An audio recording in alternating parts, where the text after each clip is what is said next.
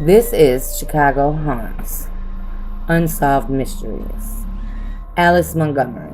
In 1881, Alice collapsed in a Madison Street boarding house. Her autopsy showed she had recently had an abortion.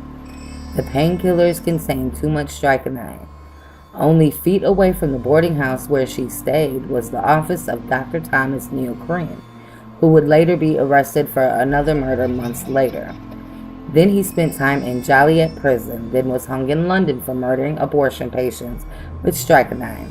It's a surprise he was never charged with Alice's murder. Was it just a coincidence? The Holmes trunk.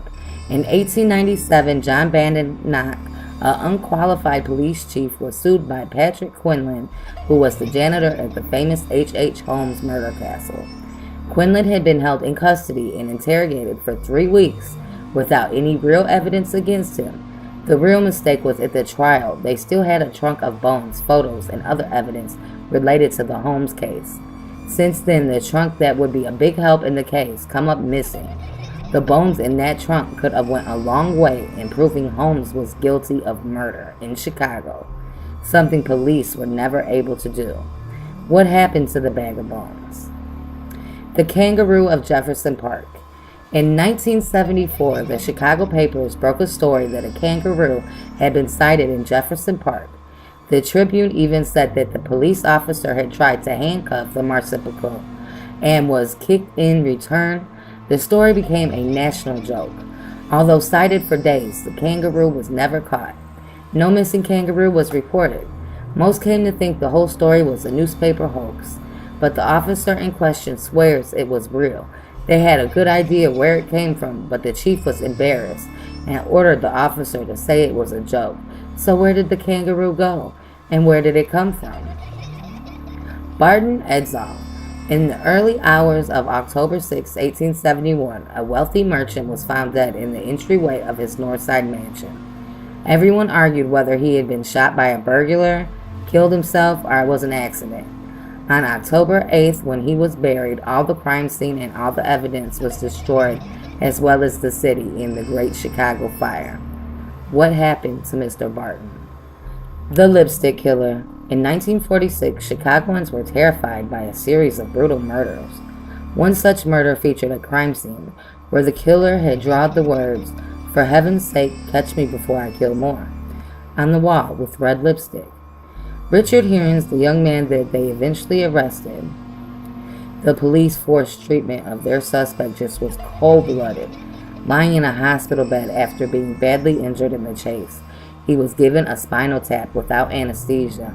He had ether poured on his genitals and was injected with sodium pentothal without consent. Such of the evidence against him was found to be manufactured or tampered with. Despite strong doubts about his guilt, Hearns stayed in prison until 2012, when he passed away. Was he the lipstick killer?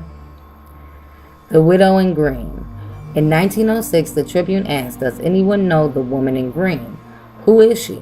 For about a month, Chicagoans had been observing a woman in her 30s, driving around the Loop in a rented green touring car, dressed from head to toe in green, including a hat and veil, except for a couple days she tried red or white, with a matching car each day. She would drive through the Loop, occasionally making a stop at the Marquette building. Once in a while, she'd have a chauffeur, but in January, the Inter-Ocean began telling stories of the Widow in Green, who had been blackmailing wealthy hotel guests. The Widow in Green was said to be a beautiful brunette, very attractive, good conversationalist, with a French accent. She would scan registers in the hotels and find wealthy men who were from out of town, seduce them in the dining room. Later, the wealthy men would receive letters demanding money to keep her mouth shut, always signed a single name, Gladys.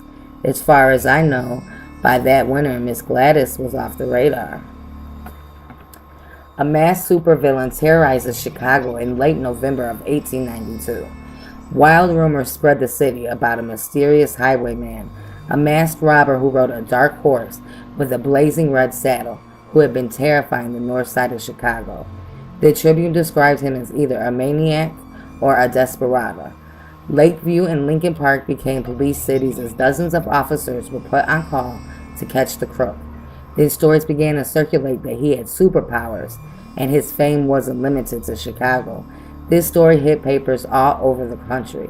Where was Batman when we need him this time? There was something about the World Fair of 1893 that seemed to make everyone want to build a house full of secret passages. In 1923, Harry Houdini wrote an article about a conjurer named Zanzic. According to the story, the magician had taken the name of Professor Slater and spent thousands rigging up the mansion with trapdoors, hidden rooms, sliding panels, and more trickery. Not much different than H.H. Holmes' murder castle on the other side of town.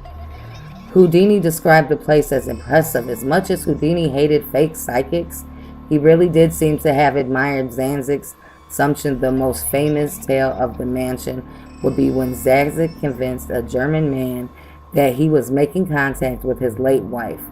The German offered him a huge sum of money if he could arrange for him to have a conjugal visit with his wife.